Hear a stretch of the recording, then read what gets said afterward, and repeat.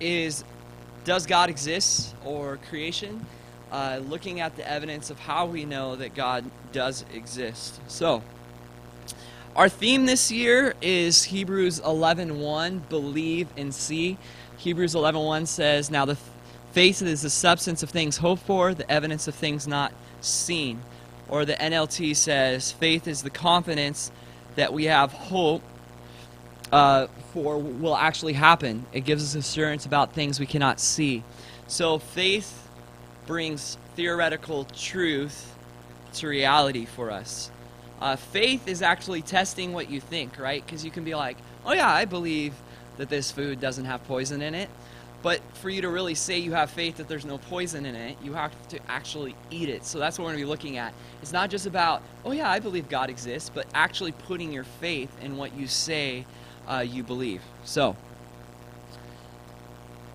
we're going to look at how we're going to break up our 3 sessions. So we have a 4 o'clock session, right? It's going to be about an hour long. And then we're going to have a 6:30 session that's going to be an hour long. And then we're going to have an 8:30 session just for the high schoolers. And that will be, half hour to an hour. Now, so the first section is reasons for belief. Why you should believe in the Bible, why you should believe that God is true. Second part is going to be reasons for truth. We're going to be looking a lot about faith too in that. And lastly, the next part is reasons for ethics, or reason for right and wrong. So we're going to start from the ground floor and build upon that. And that is, does God exist? All right? So, I like to say that I have a modest goal here. By the time that we're done with today's message, I'm not going to say that I can 100% prove that God exists, but that it's the most probable answer. Well, what do I mean about that? Now, if I say, is it possible, what does that mean? That it's possible for God to exist. What does that mean? It's able to be done. Good job. What a way to read the screen. All right, so able to be done, like we can actually do it. It's possible, right? Now, there's some things that are impossible, like a square circle, right? Right? So it's an impossibility. Is it plausible? What does plausible mean? Reasonable. Good job, James. I heard your voice. All right, so it's that it makes sense, right? I'm going to have liver for dinner tonight. Is a possible answer, but it's not a reasonable, because I don't like liver. Okay, right? So it's not reasonable. And then the last one, is it probable? What does probable mean? Oh wow, you guys just in unison. Very good. All right, I don't know who got that one. Oh, James did. That was perfect. All right, so is it likely to be the case? Is it the best explanation considering the competing options? So, for example, like in forensic study, right? Like if you were to figure out what is most possible, this is what they do as detectives, right? Okay.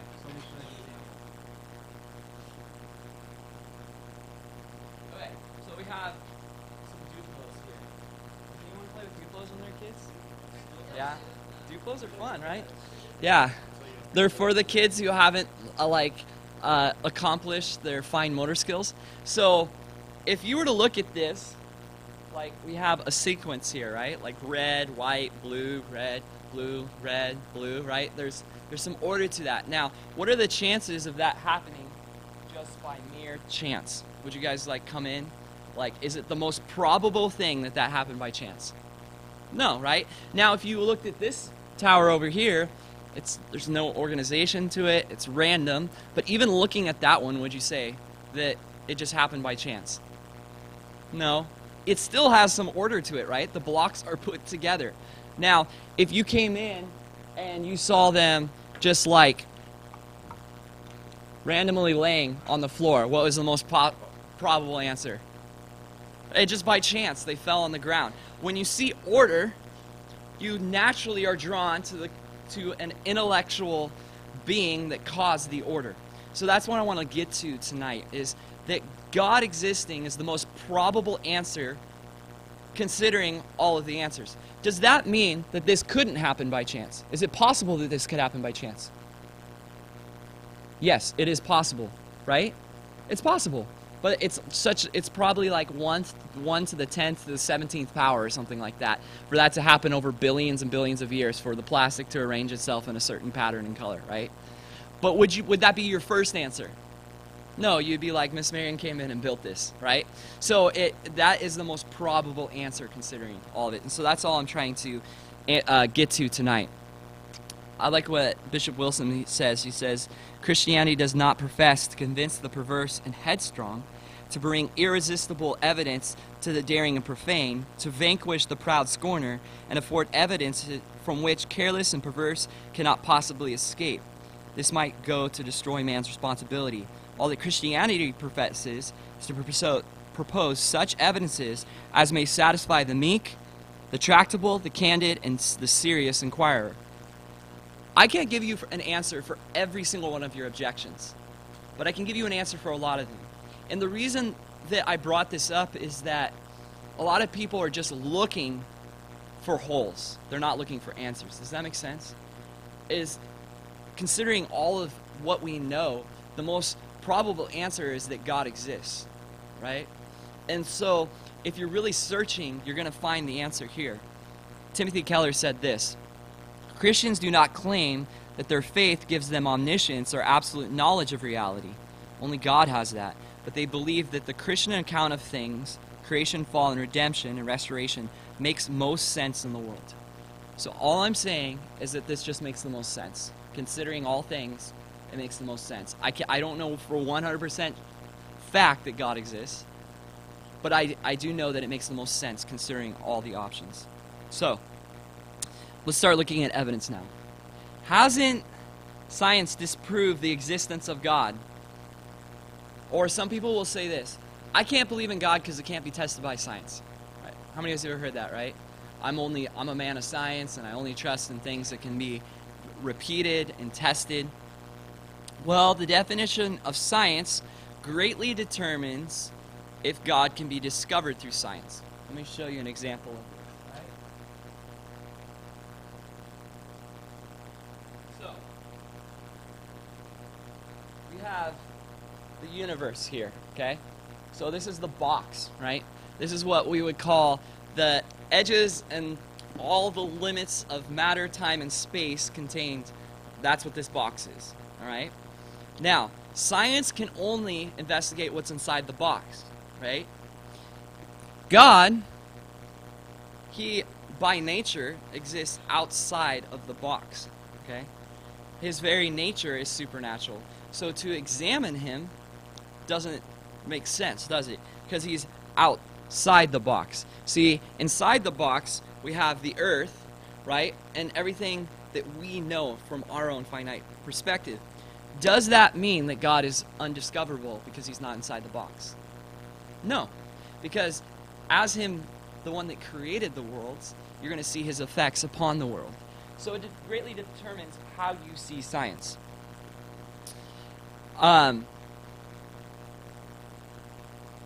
Speaking to the Telegraph, Crick, who is the one that elucidated the DNA cell, says the God hypothesis is rather discredited. Indeed, he says his distaste for religion was one of his prime motives in the work that led to the sensational 1953 discovery. So this is how the world sees science. But we're going to disprove that this is actually a very unscientific bias and false. Now, number one, consider this. There are so many scientists that were Christians themselves. Men such as Johannes Kepler, you have Isaac Newton, Robert Boyle, Lord Kelvin, Louis Pasteur, Matthew Murray, Michael Faraday, Clerk Maxwell, John Ray. The names just continue on. There's been numerous scientists that have found scientific discoveries because of their belief in God. So to say that science is exclusive from religion is a false statement. Did you know it's also closed-minded to think that you can only discover from the material? Why is that closed-minded?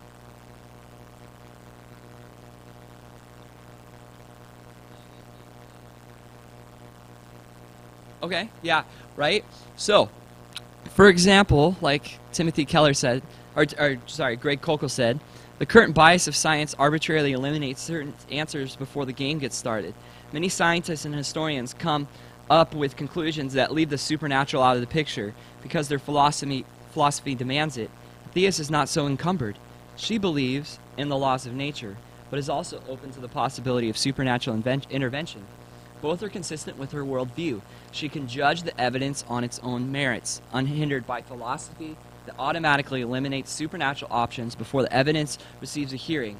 Ironically, Christian bias broadens her categories, making her more open-minded, not less. She has a greater chance of discovering truth because she can follow the evidence wherever it leads. You see how that goes? See, because a person that says the true science, the box is all that exists. Anything they discover that would lead them to outside the box, and you know what I mean by outside the box, outside the universe, they say, oh, that can't exist. The supernatural, oh, that's not a thing. So literally their bias shuts them down from answers that they come to, right? Their bias closes them off to more answers because from the get-go, they're eliminating the supernatural. So truly, those who are believers have more of an unbiased approach to science than an atheist does. So, as Charlie Campbell says, for me it's more reasonable to believe based on the laws of logic as well as the observable science evidence that God exists, rather than to believe what the atheist believes, that nothing times nobody equals everything we see in the universe.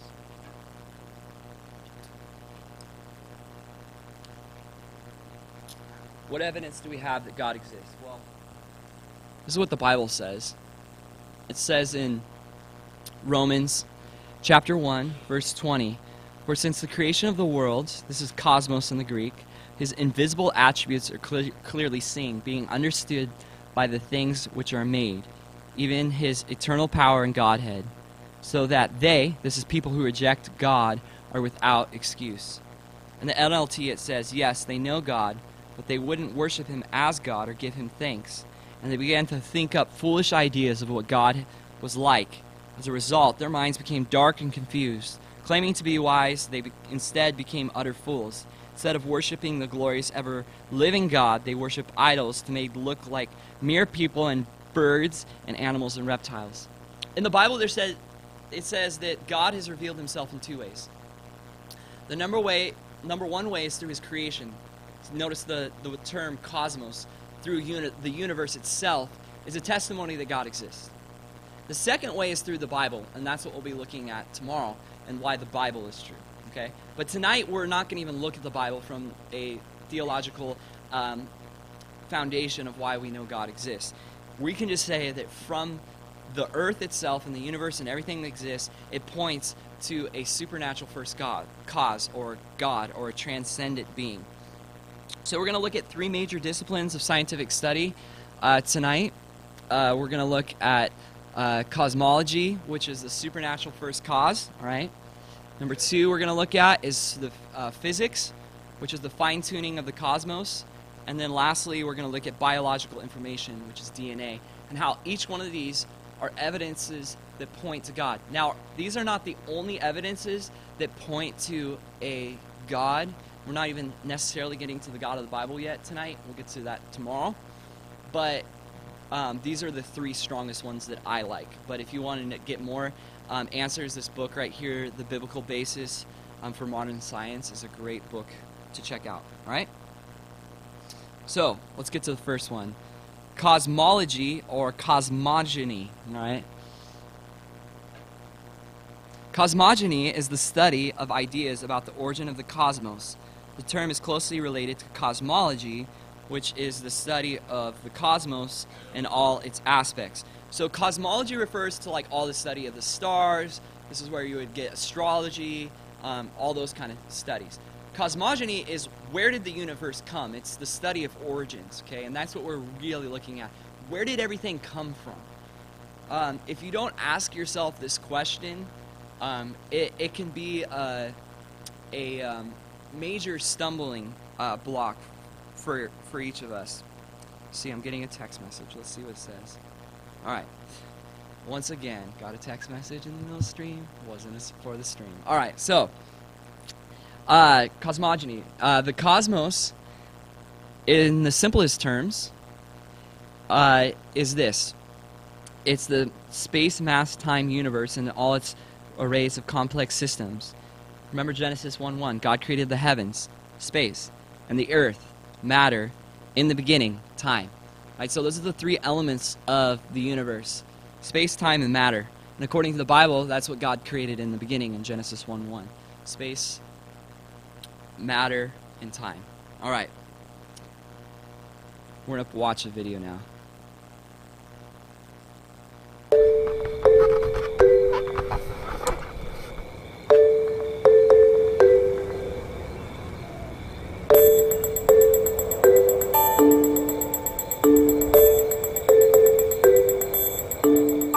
Does God exist? Or is the material universe all that is, or ever was, or ever will be? One approach to answering this question is the cosmological argument. It goes like this. Whatever begins to exist has a cause. The universe began to exist, therefore, the universe has a cause. Is the first premise true? Let's consider. Believing that something can pop into existence without a cause is more of a stretch than believing in magic. At least with magic, you've got a hat and a magician. And if something can come into being from nothing, then why don't we see this happening all the time? No, everyday experience and scientific evidence confirm our first premise.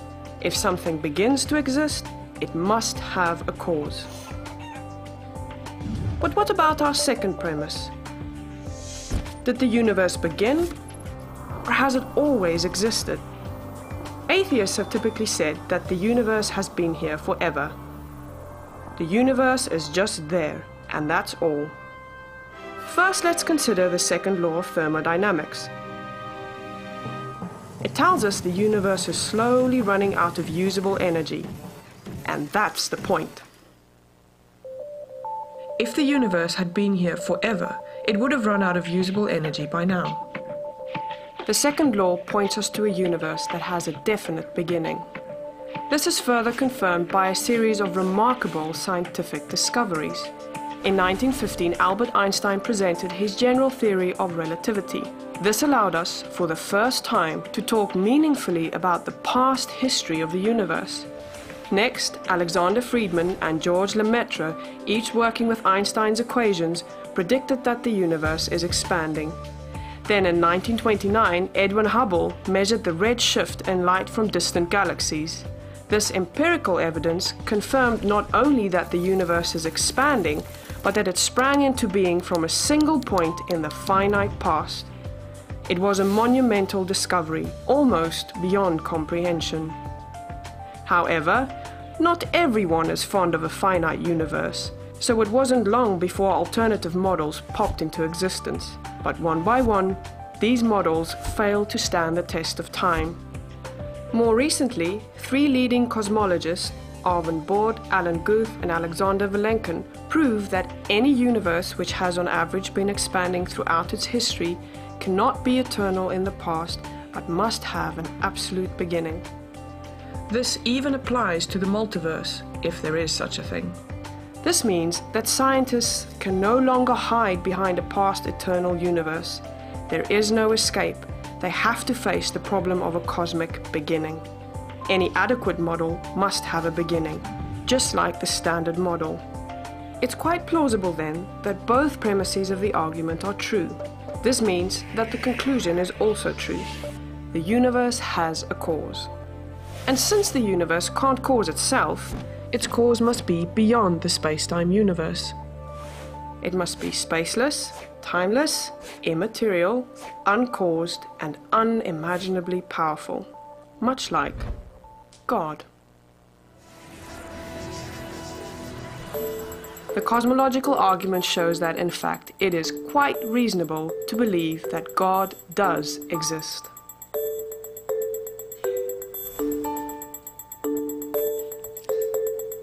Everyone understand that? Raise your hand if you understand it. Okay. I saw some people being like, don't understand it, but I want to make sure okay, everyone else does, so yes, I understand it. Okay, sweet. So I'm going to point a finger at somebody, and you're going to explain it to me. Just kidding. All right, so I'm going to explain it a little slower. This is called the Kalim cosmological argument. This is actually an argument from a Muslim apologist, but it works because we're looking at monotheism at this point and looking at the fact that this is a philosophical argument for the existence of God. All right. The universe is evidence that God exists. Number one, something exists. Everyone, raise your hand if you agree something exists. If you don't, then you're denying it by your very existence. All right. So if you say like, well, you don't even know if you exist, you're like, well, you have to exist to be able to say that I don't exist, and so then it becomes this whole problem. All right. So premise number one, something exists. All right. Nothing does not produce something. Okay. Think about nothing for a second. Exactly, right? In the Latin, nothing actually means no thing, right? Like, it's like no thing. Like, it's like nothing. It's not even blackness. It's just nothing. It's just nothing cannot produce something. It has no resources in and of itself to produce something, right? That's just simple logic that we can follow from, right? Now, it follows then that something must have always existed then, right? You have to have something outside of everything. Remember, getting back to the box, right? That created everything, right? This is our tennis ball that represents God in that sense, right? Something must have always existed. Now, there are two options for something always existing. What is it? Does anyone know? God in the universe, right? Okay. The next point is the universe has not always existed, though, right? So numerous evidences from the field of astronomy and other studies shows that the universe hasn't always existed. My favorite is the second law of thermodynamics, right? Now we got our wind-up toys, and I'll be giving these for prizes later, okay? I don't know why I do it every year. I say I'm going to stop doing it. But, right, so you wind up the wind-up toy. Oh, see, I picked the wrong one. All right, we'll do it like this, right? And it has a finite amount of energy. Finite meaning it has a limited amount of energy.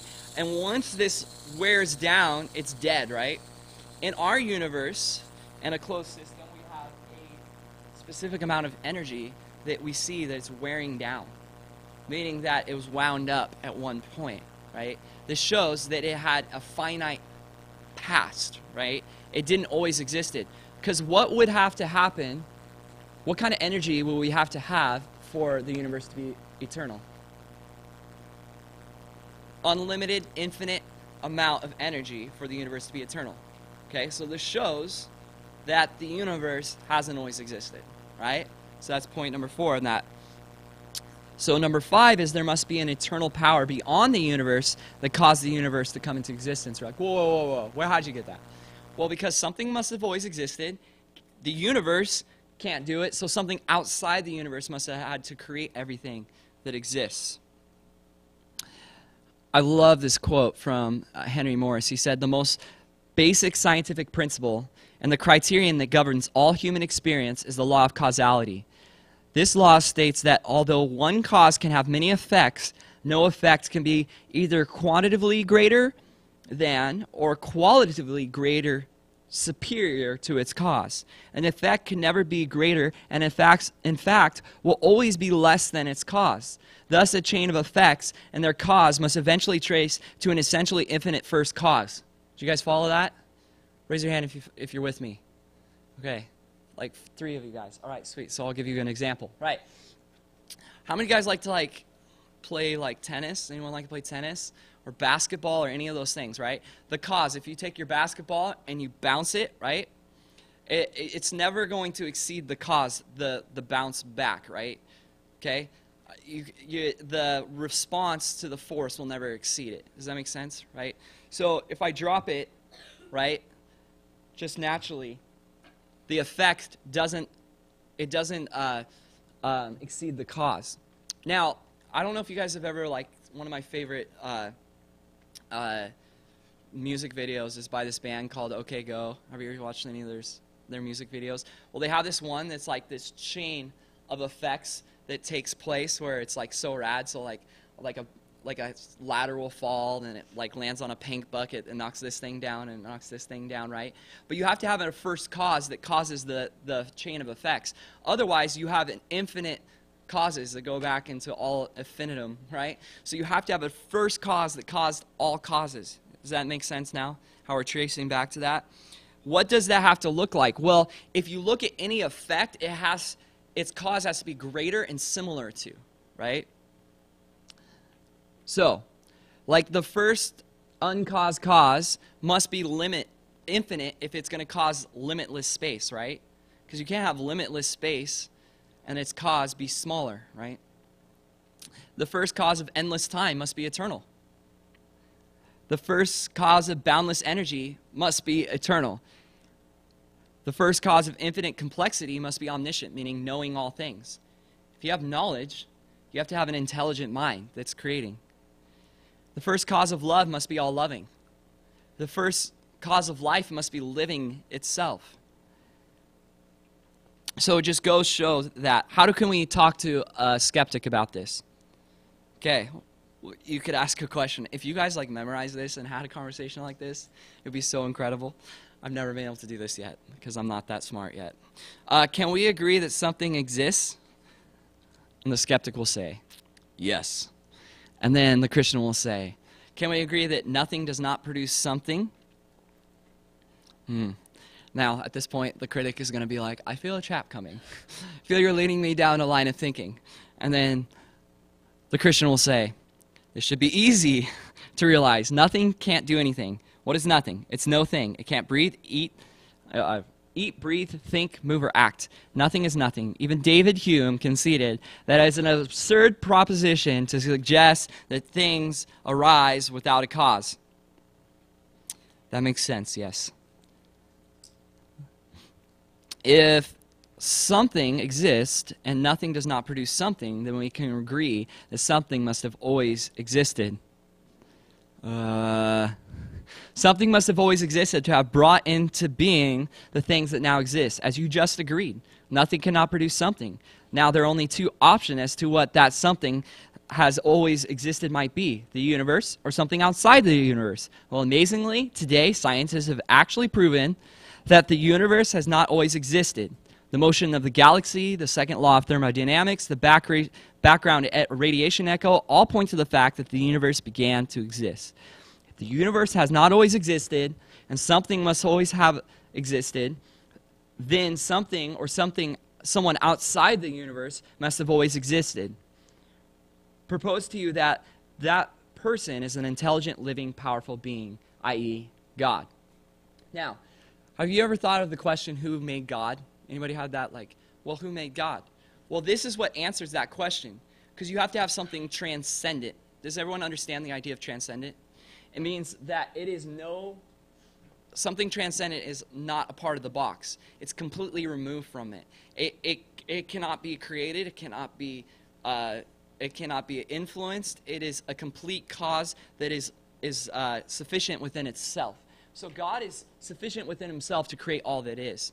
You're like, but that just doesn't make sense. Well, it doesn't make any sense for everything we know to come out of nothing. It is the best answer considering all of the options, like what you said, how we're going to start our series. All right, physics is the next thing we're going to look at, the fine-tuning of the universe.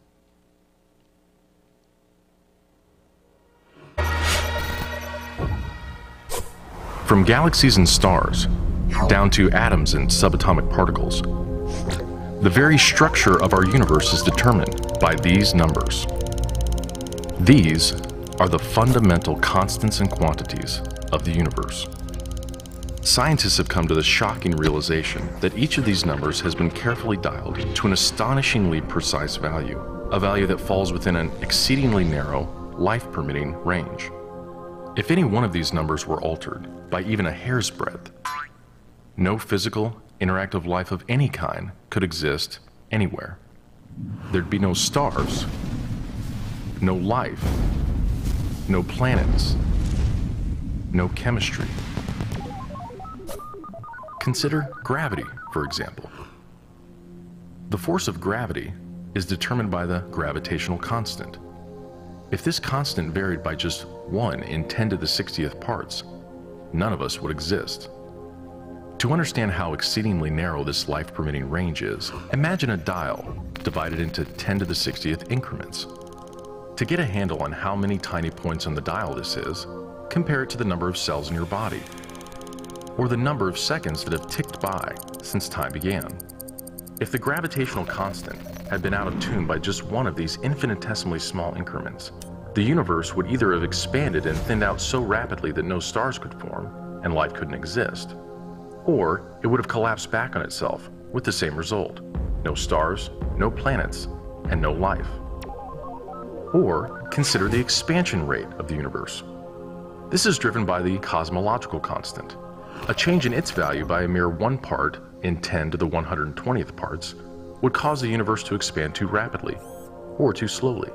In either case, the universe would, again, be life-prohibiting. Or another example of fine-tuning.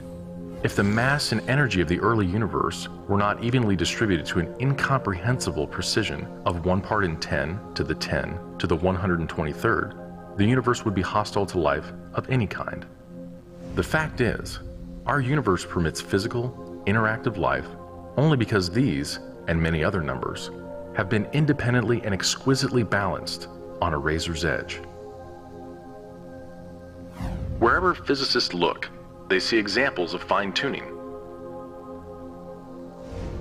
The remarkable fact is that the values of these numbers seem to have been very finely adjusted to make possible the development of life. If anyone claims not to be surprised by the special features that the universe has, he's hiding his head in the sand. These special features are surprising and unlikely. What is the best explanation for this astounding phenomenon? There are 3 live options. The fine-tuning of the universe is due to either physical necessity, chance, or design. Which of these options is the most plausible? According to this alternative, the universe must be life-permitting. The precise values of these constants and quantities could not be otherwise. But is this plausible? Is a life-prohibiting universe impossible? Far from it. It's not only possible, it's far more likely than a life-permitting universe. The constants and quantities are not determined by the laws of nature. There's no reason or evidence to suggest that fine-tuning is necessary. How about chance? Did we just get really, really, really, really lucky? No. The probabilities involved are so ridiculously remote as to put the fine-tuning well beyond the reach of chance. So, in an effort to keep this option alive, some have gone beyond empirical science and opted for a more speculative approach, known as the multiverse. They imagine a universe generator that cranks out such a vast number of universes that, odds are, life-permitting universes will eventually pop out. However, there's no scientific evidence for the existence of this multiverse. It cannot be detected, observed, measured, or proved. And the universe generator itself would require an enormous amount of fine-tuning. Furthermore, small patches of order are far more probable than big ones. So the most probable observable universe would be a small one, inhabited by a single, simple observer. But what we actually observe is the very thing that we should least expect: a vast, spectacularly complex, highly ordered universe, inhabited by billions of other observers. So even if the multiverse existed, which is a moot point, it wouldn't do anything to explain the fine-tuning. Given the implausibility of physical necessity or chance, the best explanation for why the universe is fine-tuned for life may very well be it was designed that way.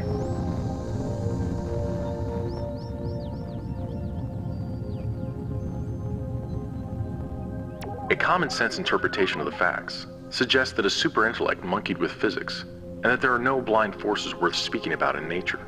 The numbers one calculates from the facts seem to me so overwhelming as to put this conclusion almost beyond question. There is for me powerful evidence that there is something going on behind it all. It seems as though somebody has fine-tuned nature's numbers to make the universe, the impression of design is overwhelming. The heavens declare the glory of God. The skies proclaim the work of his hands. Day after day they pour forth speech. Night after night they reveal knowledge.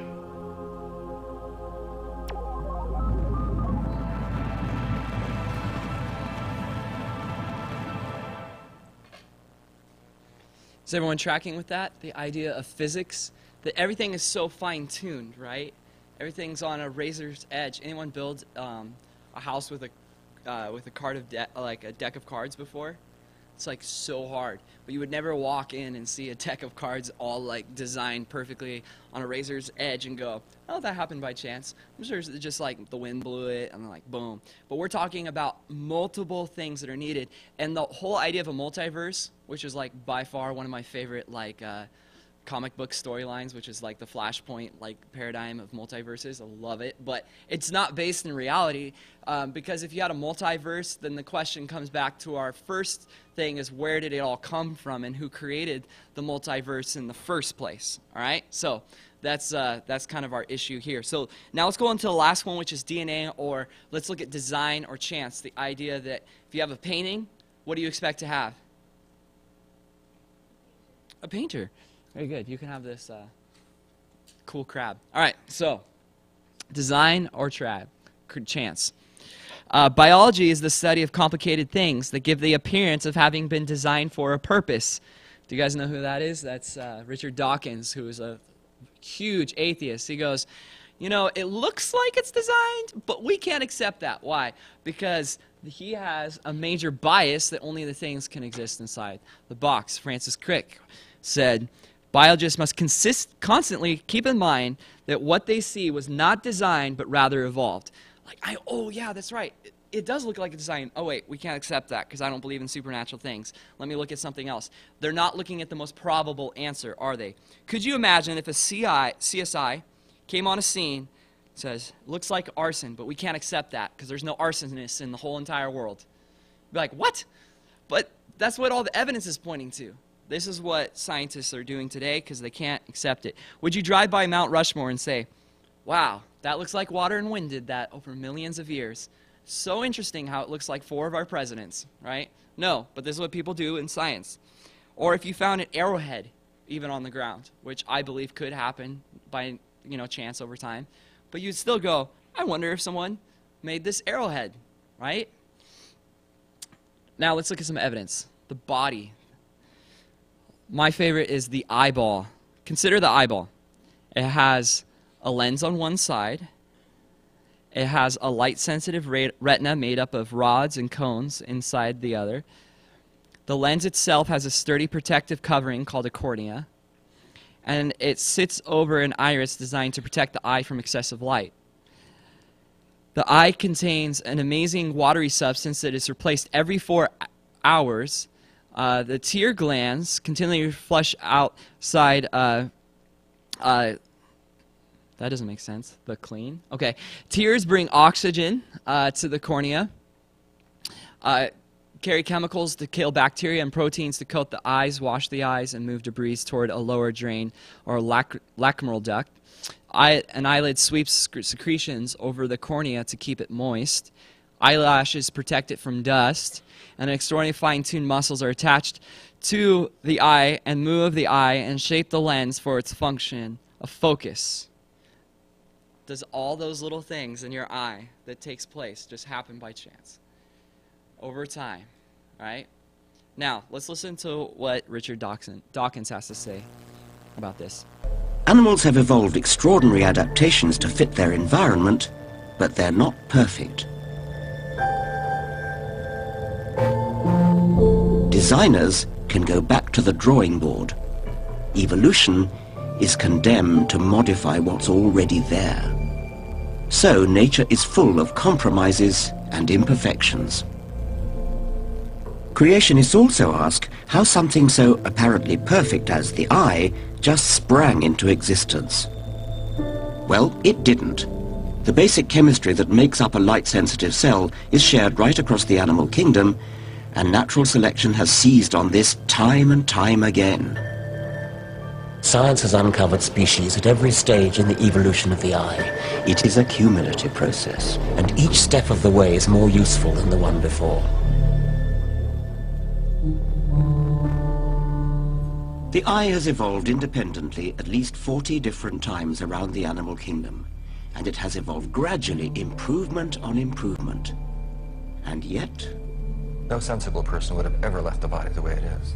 Like what? What's a good example of that? The most dramatic is the human eye. You know, it's held up as this example of perfection in the body. It's not perfect to guys. It's a perfect example of why the body is not designed. Cover one, if you would, please. And we take the pin and we move it right in the, and you have to keep looking right at the bridge of my nose, so keep your eye fixed. And now we're going to move it just out a little bit, about 15 degrees, and right about there. Yeah, it's gone. It's gone. Yeah. You can't see it? No. Now can you see it? Yes. Now can you see it? Yes. Now can you see it? No. There's a blind spot. Yeah. That's really lousy. Our bodies are so fabulous in some respects. Our heart keeps beating and never takes a 5-minute vacation for decade after decade after decade. That's astounding. But we have an appendix, we have wisdom teeth, birth is difficult, many people get nearsightedness, and the combination of some things being so perfect and other things being such botched jobs is what should make us all sit up and take notice that this is something that's been shaped by natural selection. It has a lot of vulnerabilities built in that can be explained only by how natural selection works.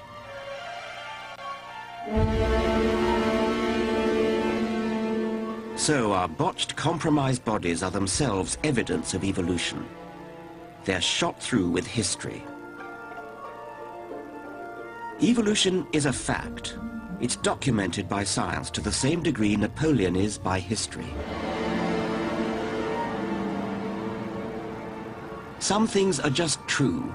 They're not a matter of choice or opinion. But you'd never guess that in the place where this matters more than anywhere, in our schools, where the teaching of evolution has become a hugely sensitive issue for science teachers. All right, now we're going to watch another video in rebuttal to that. Oh.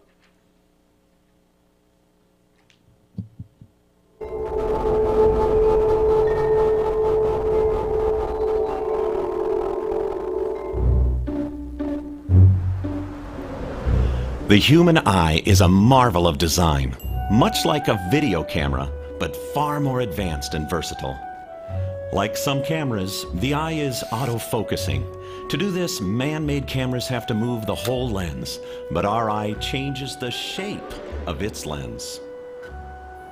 Like a camera, the eye bends incoming light and creates an image inside the eye. But unlike cameras, the eye also sharpens the image along the edges. Similar to some cameras, the eye automatically adjusts to brightness, so we can see day or night. In fact, in dark conditions, the eye increases its sensitivity to light up to 100,000 times. Eyes are much more sophisticated than cameras. They convert the light image into electrochemical signals, which are sent immediately to a brain that processes the images and makes necessary adjustments. Many other aspects of the eye surpass anything humans can design. Eyes are self-cleaning, self-lubricating, and self-repairing. Even more marvelous, eyes are built automatically in the womb.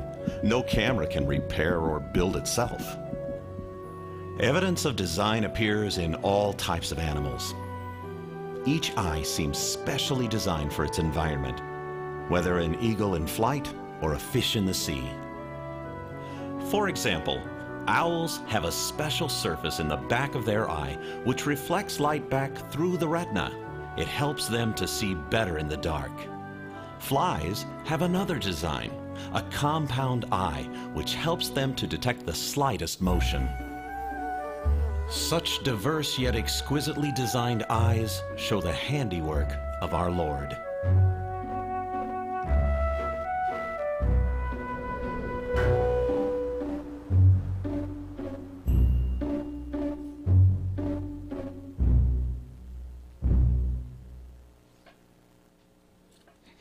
Okay, so now looking at what Richard Dawkins had to say, he said some interesting comments. Evolution is a fact, just like Napoleon can be found as a fact. Well, do you know that there are no transitional fossils in the entire fossil record? Not a single one. Okay, so how is that a recordable fact that we can see in science? It's not, right? And why don't we see it again? Now, you will see micro evolution taking place, which we call natural selection. I believe in natural selection, right? It takes place all the time. You see it in dogs, you see it in birds, but you never see a bird going to a reptile or anything like that, right? You don't see those transitions even taking place within any of the fossil record. Another point to make is he talks about how the eye is this horrible invention, and that if we were a designer, we would never design the eye. I think what is interesting about this whole concept is he misses all the points of design up to that point.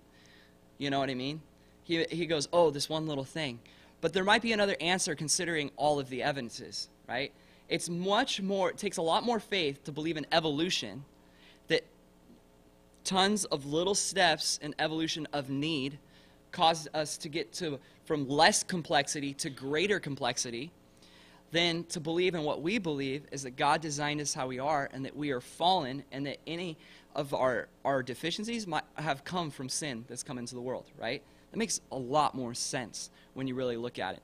But it's because of his bias that causes him not to believe it. Now, in his famous book, The Origin of Species, Charles Darwin said to suppose the eye, with all its inimitable, matchless contrivances, plans for adjusting the focus to different distances, for emitting different amounts of light, for the correction of spherical and chromatic aberration, could have been formed by natural selection, seems, I freely confess, absurd in the highest possible degree.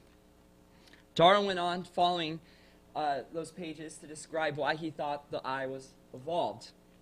Continuing to address the problem of the human eye's complexity, Darwin wrote the following in February 1860 in a personal correspondence with Asa Gray, a professor of natural history at Harvard. He said this: "Now, I will just run through some points in your letter. What you say about my book gratifies me most deeply, and I wish I could feel all was deserved by me. I quite think a review from a man who is not an entire convert, if fair and moderately favorable in all its respects, is the best kind of review. About the weak points I agree. To the eye to this day gives me a cold shudder. But when I think of the fine known gradations, my reason tells me I ought to conquer this cold shudder." What is he saying? I have doubts about evolution. I have doubts about what I've written because of the eye. But I realize I can't follow those doubts because of my bias. You see that what's taking place here? The issue is not with the evidence. The issue is with his bias going into it. Darwin admitted the problem with the eye, but it says that he said that it caused a cold shudder. There is variations. Just because there's differences or variations doesn't mean that means evolution, does it? Same person could design a plane, could design a boat, and design a car. Same designer, different variations, all modes of transportation, right? You wouldn't say, well, the bus over years, it eroded, and then it got these long wings, and then it got, fuel put in it, and then a cockpit was put in it, and it evolved into a plane. Doesn't that sound absurd? But you're like, oh, but there's variations. Like we have, Cessna, and we have these really big planes, if you just saw all the evidences. But why don't we think that? Is because they're designed. We know that there's a designer, right? The reason that we don't think that about biological life is because we can't see the designer. There's a step of faith that has to be taken place there. We're going to watch another video about DNA that's really interesting. In 1953, when Watson and Crick elucidated the structure of the DNA molecule, they discovered that DNA was a carrier of genetic information in the form of a 4-character digital code. That is to say that DNA functions like a software program, only more complex than anyone has ever created or devised. For a biological system to run and operate, it needs genetic information to build the proteins and protein machines that cause the cells to maintain their function. This information is stored in a precise arrangement of 4 chemicals that scientists represent with the letters A, C, T, and G. Sequences of these chemicals provide the instructions necessary to assemble complex protein molecules that in turn help form structures as diverse as eyes, legs, wings, and hearts. This code has been called the language of life, and it is the most densely packed and elaborately detailed assembly of information in the known universe. Geneticist Michael Denton has estimated that the amount of biological information necessary to build all of the proteins in all of the species of organisms that have ever existed on planet Earth could be held in a single teaspoon. And we'd still have room left over for all of the information contained in every book ever written. The more I learned about DNA, the more I understood the significance of what Stephen Meyer called the most fundamental question facing biology today. Where did the information in DNA come from? How did it arise in the first place? Well, lots of people have wanted to explain the origin of information by reference to the laws of physics and chemistry, or by reference to the chemical properties of the constituent parts of the DNA. But that would be like saying that you could explain the information in this morning's New York Times headline by reference to the physics and chemistry of ink bonding to paper. There is a chemical explanation as to why the ink sticks to the paper, but that does not explain the way the ink got arranged to convey a message that could be understood by speakers of the English language. Information requires a material medium, but it transcends the material medium. An explanation for the origin of the genetic instructions needed to build the first life is the holy grail of 21st century biology. Theories proposing that this information arose through natural selection acting upon non-living molecules, or the self-organizing power of chemicals in a primordial soup, have repeatedly failed. Even time and blind chance, the oft-invoked saviors of implausible biological scenarios, have fallen far short as accounts for the source of the instructions in DNA. Mathematicians, for example, have calculated that a universe filled with monkeys, typing relentlessly throughout the oldest estimated age of the cosmos, would have no realistic chance of producing Shakespeare's play Hamlet, let alone a transcript of the genetic information required to build even the simplest living cell.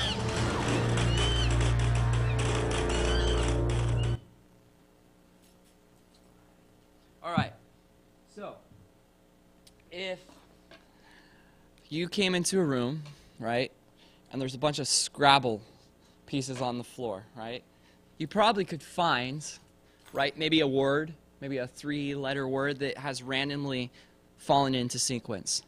But to get a paragraph with, 2,000 pieces in a readable sequence is not possible. Yet when we look into the DNA cell, there's a sequence, just like a computer code, of zeros and ones that can be communicated to humans and to a computer, is what we find, right? In the same sense, we have a code that's written into all human life. Where did the information come from, right? Information doesn't come from nowhere. So this is an evidence for, I believe, God existing.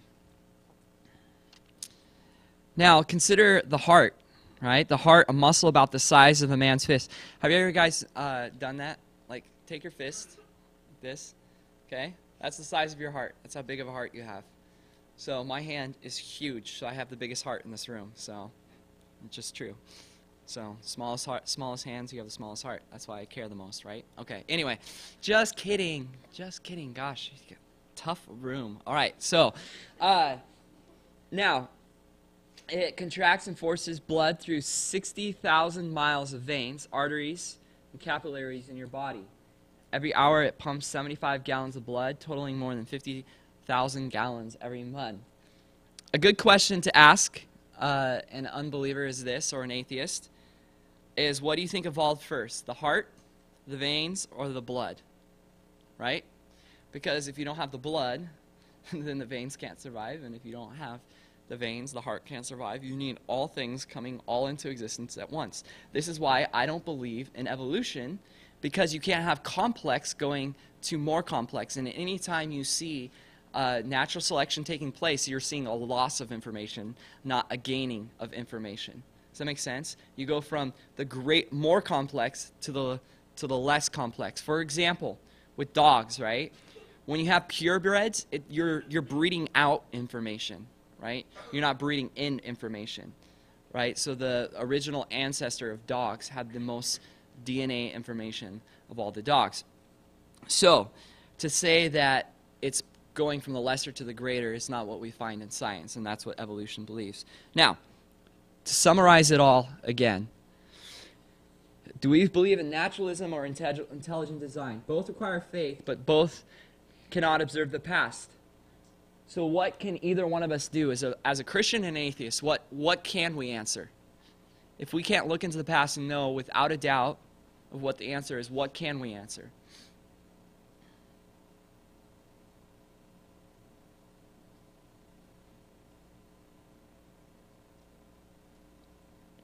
I'll just wait till someone answers.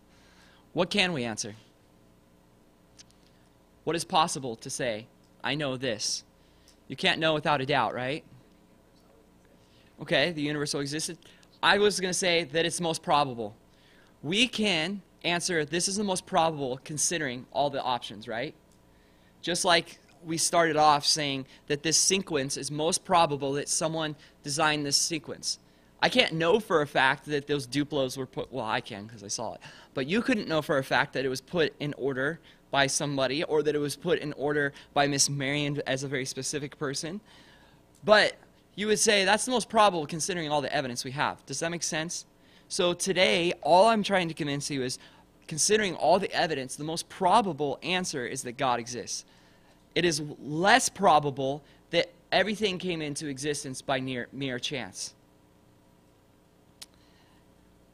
So, concluding with this, for me it's more reasonable to believe based on the laws of logic as well as the observable scientific evidence that the body exists, rather than to believe what the atheist believes, that nothing times nobody equals everything we see in the universe. All right. Any questions regarding what we talked about today? All right. Now your friend comes up to you. Next week, you're at school. They're like, you believe in God? And you're like, yes, I believe in God. And they say, well, how do you know God exists? What would you say after tonight? Design? Okay, what else? Yeah. I think people will accept that more too, right? Okay, because it's a thing of humility. Because then you're claiming you are God if you say you know for sure, right? What else can we say? Nothing can't produce something.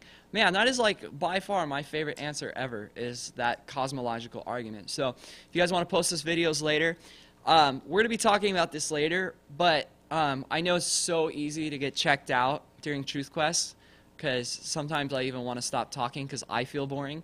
But it's really important because later in life, you're going to get tested when you go to college or when you read some whack job book, and you're going to go, man, what did I learn in Truth Quest? And you're going to wish you weren't drawing on your shoe the whole time. Okay, so take some time to think about that. Did you have a question, Danica? You just put your hand in the air like you just don't care? Is that what you're doing right there? Sweet. All right, cool. All right. Everyone make sure that came in late to get your wristbands when you go back into the kitchen area. We're going to go have some spaghetti. So let's pray for our dinner, and then we're going to dismiss you, all right? Let's pray. Dear Heavenly Father, thank you for each one that's here. I pray you bless this food to our body, bless the hands that prepared it. In Jesus' name, amen. All right, guys. If you want to head into the kitchen,